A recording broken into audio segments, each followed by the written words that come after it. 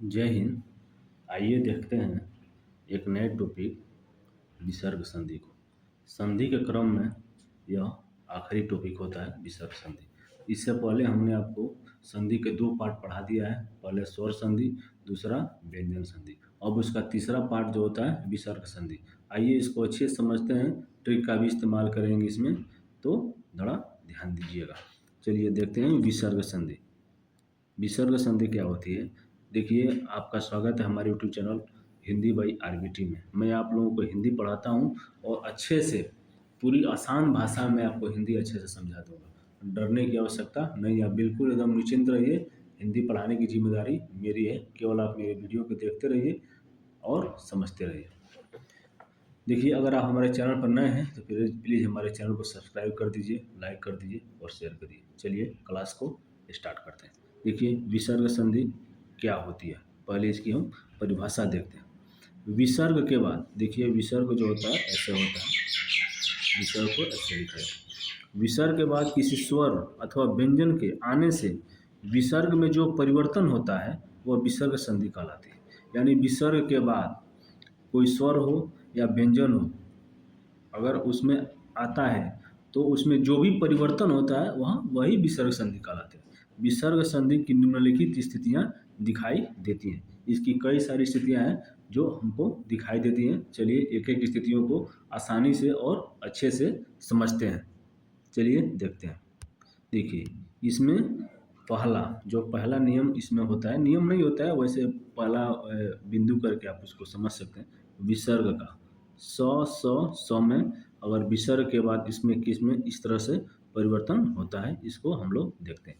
यदि विसर्ग के बाद च छ व्यंजन हो तो विसर्ग का सलजम स में परिवर्तन हो जाता है।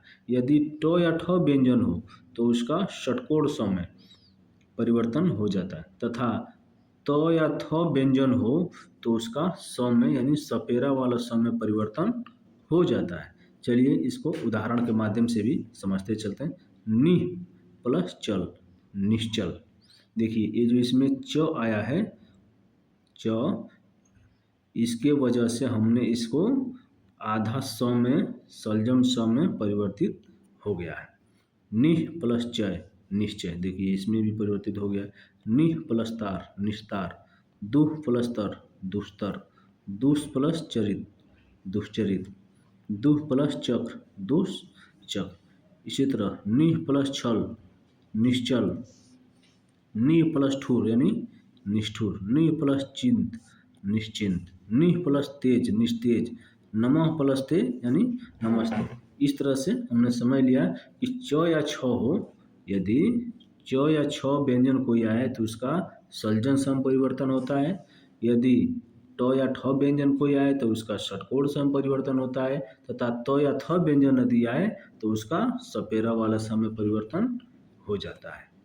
देखिए, अब इसमें दूसरा पॉइंट समझते हैं। दूसरा पॉइंट नंबर दूसरा, विसर्ग में कोई परिवर्तन न होना, यानी जस का तस रहना। पहला, यदि विसर्ग के बाद स में से कोई व्यंजन आए तो विसर्ग यथावत बना रहता है, अथवा विसर्ग आने के बाद व्यंजन का रूप ले लेता है। जैसे यदि विसर्ग के बाद यानी दुह जो है ना, इसके विसर्ग होता है, तो विसर्ग के बाद अगर इन सब में इस सलजम स, षटकोण स या सपेरा स में से कोई भी अगर आता है, व्यंजन आता है, तो विसर्ग अथावत यानी वही रहता है। जैसे दुह प्लस शासन, देखिए सलजम स आ गया तो फिर वैसे के वैसे ही रहेगा दुशासन। निह प्लस संकोच, देखिए स आ गया तो फिर वैसे ही ये रहेगा निसंकोच। निह प्लस संतान, निसंतान। निह प्लस संग, निश्चंग, निसंग। दुह प्लस स, दुस्सह। निह प्लस संदेह, निसंदेह। दुह प्लस साहस यानी दुस्साहस। चलिए बढ़ते हैं अगला देखते हैं। अगला कहता है, विसर्ग के बाद यदि क या ख अथवा प या फ व्यंजन आए तो विसर्ग में कोई परिवर्तन नहीं होता। देखिए इसमें भी क या ख अथवा प या फ व्यंजन आए विसर्ग के बाद तो भी कोई परिवर्तन नहीं होगा। इसे रज, देखिए रज विसर्ग के बाद क आ रहा है तो फिर रज कर्ण हो गया। पय प्लस पान आ रहा है, पय पान। अंतः प्लस करण आ रहा है, अंतःकरण। प्रातः प्लस काल आ रहा है, प्रातः काल। यदि क या ख विसर्ग के बाद क या ख आए अथवा प या फ आए तो व्यंजन में भी उसमें भी कोई परिवर्तन नहीं होता है। चलिए अगला देते हैं। लेकिन यदि विसर्ग के पहले छोटी या छोटा स्वर हो तो विसर्ग का षटकोण शब्द हो जाता है। जैसे नि प्लस कपट, देखिए इसमें विसर्ग जो है, विसर्ग के पहले यानी इसमें जो छोटी ई की मात्रा लगी है नि, तो उसमें इस षटकोण वाला स्व में परिवर्तन इसका होगा। दुह प्लस कार, इसमें देखिए छोटा ऊ की मात्रा आ रहा है इसलिए इसमें आधा षटकोण सम लग जाएगा। चतुः प्लस पाद, चतुष्पाद। निह प्लस पाप, निष्पाप। निह प्लस फल, निष्फल। देखिए अब समझते हैं इसमें अगला तीसरे पॉइंट को, विसर्ग का र में परिवर्तन।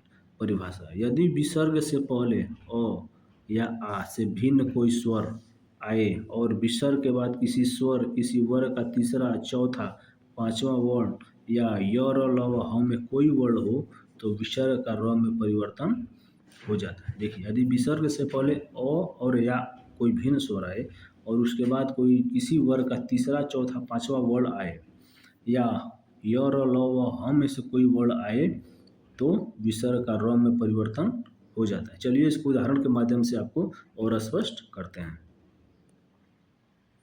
देखिए उदाहरण के माध्यम से इसको देखते हैं। दुह प्लस उपयोग, दुरुपयोग। नि प्लस मल यानी निर्मल। नि प्लस उपमा, निरुपमा। नि प्लस विघ्न, निर्विघ्न। निह प्लस भय, निर्भय। दुह प्लस आचार, दुराचार। नि प्लस जन, निर्जन। निह प्लस आशा, निराशा। दुह प्लस आशा, दुराशा। इसी तरह दुह प्लस गुण, दुर्गुण। नि प्लस उत्साह, निरुत्साह। नि प्लस गुण, निर्गुण। आप इसको अच्छे से समझ लीजिएगा। नि प्लस अमीष, निरामिष। पुनः प्लस जन, पुनर्जन। चलिए अब अगला देखते हैं। देखिए अगला, विसर्ग का लोप और पूर्व स्वर दीर्घ। इसमें यदि विसर्ग के आगे र व्यंजन हो तो विसर्ग का लोप हो जाता है, उसके पहले का ह्रस्व स्वर दीर्घ स्वर हो जाता है। यानी यदि विसर्ग के आगे कोई र व्यंजन हो तो उसके पहले यदि ह्रस्व स्वर आता है तो वह दीर्घ स्वर में बदल जाता है। जैसे नि, देखिए छोटी ई की मात्रा आ गया तो इसमें बड़ा हो जाएगा। नि प्लस रस यानी नीरस। नि प्लस रज यानी नीरज। नि प्लस रव यानी नीरव।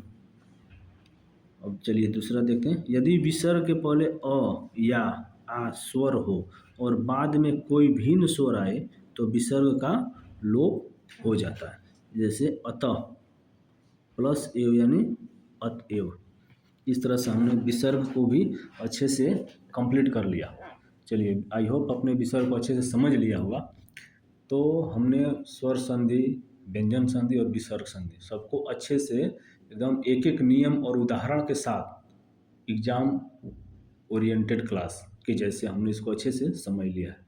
तो आई होप आपने इस क्लास को अच्छे से समझ लिया होगा।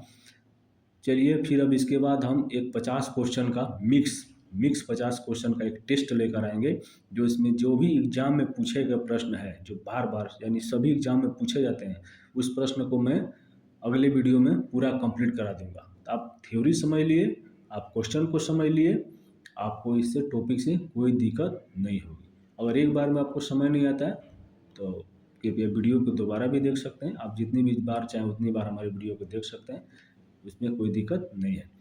तो आई होप चलिए क्लास को अच्छे से समझे होंगे। मिलते हैं एक नए क्लास में जो 50 क्वेश्चन का सीरीज होगी। 50 क्वेश्चन टॉप 50 क्वेश्चन होगा संधि से, उसको हम अच्छे से कंप्लीट करेंगे। मिलते हैं नेक्स्ट वीडियो में। जय हिंद, धन्यवाद।